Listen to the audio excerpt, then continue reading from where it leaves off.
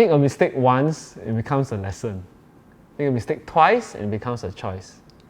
Make a mistake 5 times, and it becomes the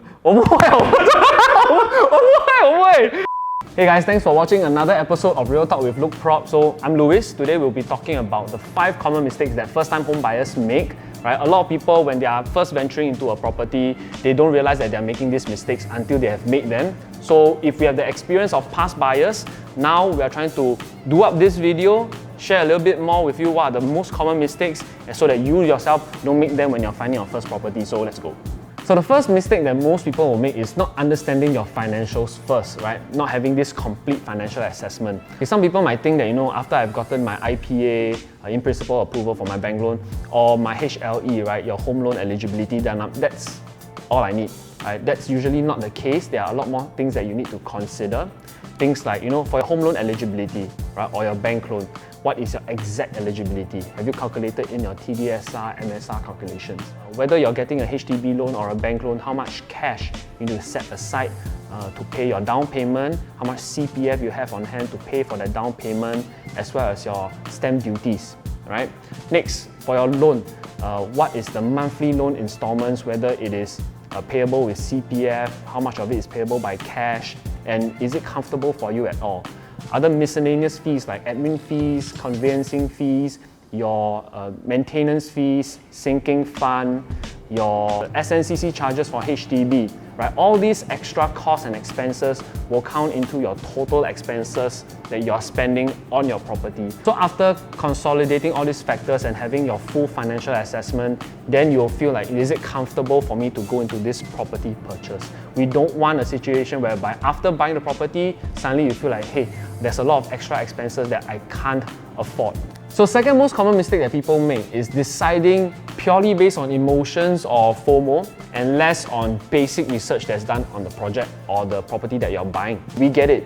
You're going to be staying there for a very long time. You may even think that it's your forever home and you want this to feel like a good home. That first impression when you step into the house. But from experience, eventually there will be a point of time whereby you start to think, should I be changing my home? Should I be selling this place to move to another location? It may be due to various reasons, right? It may be a job change. So your location of your job changes. It may be a change in your kids' schools, right? You may want to change in environment. You may feel like this environment is not serving your purposes and your objectives anymore. It could be for whatever reason, right? But there will be a point in time you may be thinking, should I be selling the house? So imagine this. If for whatever reason you think, I may want to sell my house, all right, and then you look at your house and you see, hey, the value has gone down, or I might be having a negative sale on my house. Would you choose to sell? Right? Most likely not. So we are going to be preparing for that kind of scenario whereby in the future, if I do want to sell, we can sell at a good price.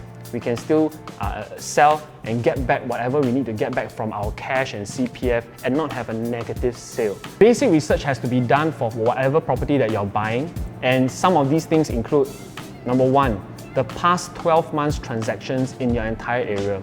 Why do you have to do that? Because you need to know that the price that you are buying at is a fair price, it's a fair value, and you're not overpaying for that property. Number 2, for the past 5 years in the region, what are the transaction level like? Has there been a general increase in pricing in the area, or has it been stagnant for the past few years?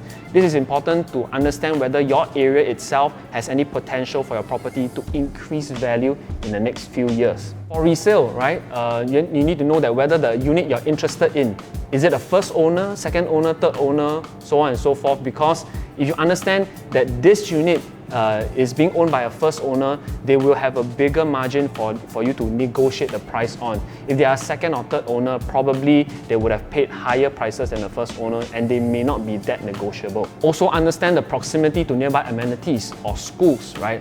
Because you want to know that you are within walking distance or within just a few bus rides away to things that you need in the area. And lastly, this may not be such a big point, but look at your surrounding areas, whether there are any land parcels that are available for sale in the future, residential land parcels, or any redevelopment in the area to understand whether there's any transformational growth in the area that might bring up your property price in the future as well. So third most common mistake is not being sure of the timeline of your purchase. Now this one is one that gets overlooked a lot, and this is important because you need to know the timeline to know when certain payments are due for your purchase. So this is crucial, especially for people who need some time to move certain funds around to make certain payments for the purchase. Because if you are late for the purchases, you may be subjected to late penalties. Now, we have done 2 videos to show you the detailed timelines for various property purchases in Singapore. You can check out those 2 videos if you want to find out more. So fourth most common mistake is spending too much on renovation. Now, remember what I said earlier on, this may not be your forever home even if you may think that it is, right? You see all these videos online, all these reno videos online and think that, hey, maybe I want to spend like 100 to 120k on my renovation to make it the most Insta-worthy house that you have ever seen before. But hold your horses. Remember these points. Number 1, all right, even if you were to splurge 100k on renovation, and even if your ID were to tell you these renovations can last you 20 to 30 years, things do get worn out over time, all right? And your new owner that buys over the house may still want to fix up some areas and spend a little bit more money on it, right? So renovation doesn't hold its value over time. Second thing is this, renovation is very, very subjective. Some renovation that you might love a lot may not go so well with your next owner as well. So bottom line is, renovation doesn't hold its value over time. Now, even if you want to do any reno, try to do something that's more simple and more practical as well, right? Remember this, simple and practical renovation benefits the owner in the short run and in the long run as well. So last common mistake is this, underestimating the work and effort needed to source for your new home. Now, as you probably understand by now, a lot of work has to be done even before going for viewings. Now, the thing is this, even after all this work is done, arranging for viewing, going for viewing, and even negotiating for the price is as much, if not even more work than that. So here are some of the things that you need to do to find the right unit. Number 1, you have to suss out all the good listings from the dummy listings. Even when you go for the viewing, right, knowing how to arrange and call for viewings because some agents may not reply to you at all. When you are at the viewing, knowing what to look out for during the viewing, and also researching on the unit, whether it's a first owner, second owner, and how much they actually purchased the unit for previously. Eventually, when you're ready to make an offer, knowing how to negotiate for the right price during negotiations. Even for new launch properties, knowing which units to go for even when it's not being built, knowing what's the premium you should be paying for premium facing units, and what is the fair value for certain units in the new launch property itself. So all these are generally why people still need a good agent to help them in their search, because we do this work day in and day out, and we believe that we can help to cut down your search time significantly.